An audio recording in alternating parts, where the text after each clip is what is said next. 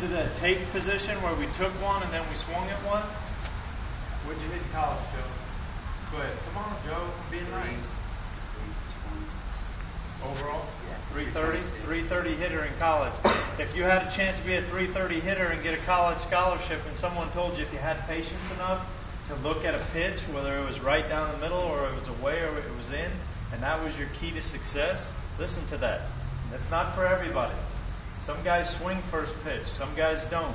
What made Joe such a successful hitter is he was able to time guys up. And guys knew he was going to take first pitch. By the time we got halfway through the season, every scouting report in the country says he takes first pitch. And he knew it, and they threw it right down the middle, and he took it. How many times did you strike out your senior year, Joe? 200 at-bats. Once every 20 at-bats by doing that. And sometimes when you guys get in here to batting practice and you don't want to take pitches, it's so important to learn how to take it because then you know how to hit it. There's no difference in your takes and in your swings.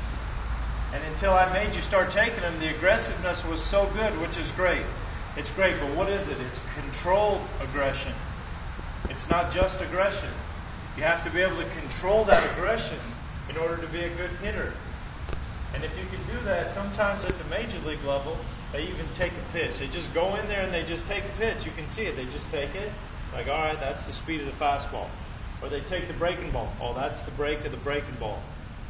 What I like to see from an approach standpoint, 33% was physical. That was the start when we were working off the tee. That was the middle point when I was talking about mechanics. 33% of that is mental.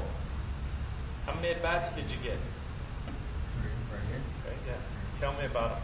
What were the counts? In your first at-bat, what was the count when you made contact? 3-1. Okay, where'd you hit it? Line drive in the middle. Okay. Second at-bat. 1-1. What'd you do with it? Line drive. Okay, where? In the middle. Okay. Third at-bat. 1-0. Yeah. Line. Okay. Where were the pitches that you hit? What part of the plate? Go away. Okay. 80% of the pitches you see are middle away.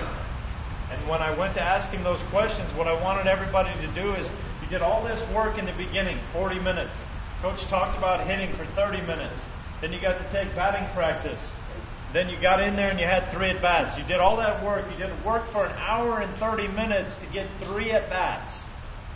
And now where does the mental side come in? It comes in those 3 at-bats. Whether they were positive or negative results, what it comes in is when you got jammed on your last at-bat. Now, what are we talking about from a mental standpoint? What do you do mentally right there? What does that tell you when you got jammed? Late? A little long in your swing? So you can shorten that up. So if you walk out of that cage and you're like, little late, little long, I'm going to make that adjustment. Now when you get in there for your next at-bat, you've gotten ready a little bit earlier and you're a little shorter to the ball, maybe you don't get jammed. What happens in a game situation is we get jammed like that, and that makes us swing faster and harder. That makes the front shoulder pull off because I don't want to get jammed anymore. That's why all the physical movements we do for 33% leads to these 3 at-bats. Can you imagine working an hour and a half for 3 at-bats? Sometimes the game lasts 3 hours long and you get 3 at-bats, sometimes 4 at-bats.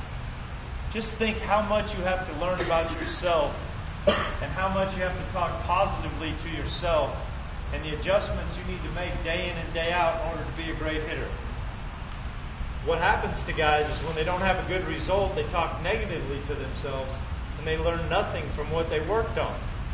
So take the tee work, make it beneficial. Take the side toss work, make it beneficial. Take the short screen work and make it beneficial. Then take your BP, make it beneficial. And then in a game situation, when you have 3 at-bats and you come home and your mom or dad said, how'd you do today? How'd you do today? Feel good about that. What if it was 0 for 3? Okay. Discouraged because you didn't get hits? Okay. You couldn't get on base. But now let's take that 0 for 3 and let's segment that. Were they good at bats?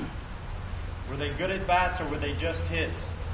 Because the guys that help their team win are the ones that have good at bats, not necessarily hits. So you got to be able to take the positive and the negative And a lot of times what happens is at the end of the day, we'll all ask these guys 3 quality at-bats. 9 guys in our lineup. Every guy has to have 1 quality at-bat in order for us to win the game. 1 quality at-bat. If you give us 2 quality at-bats, that's something special. If you give us 3 quality at-bats, we got a pretty damn good team. Because we're going to wear people down. I'm not talking about hits. 3 quality at-bats. Quality at-bats are base on balls. Quality at-bats are moving runners. Quality at-bats are getting into plus counts and hitting the ball where you need to hit it. Quality at-bats are scoring runners with less than 2 outs. Quality at-bat is a hit by pitch. Quality at-bat is contact with 2 strikes to make the defense have to make a play. There are so many things that can happen in a quality at-bat. I hope if you take anything away from this camp, when your season starts, you judge yourself based on whether those were quality at-bats and you gave your team a chance to win.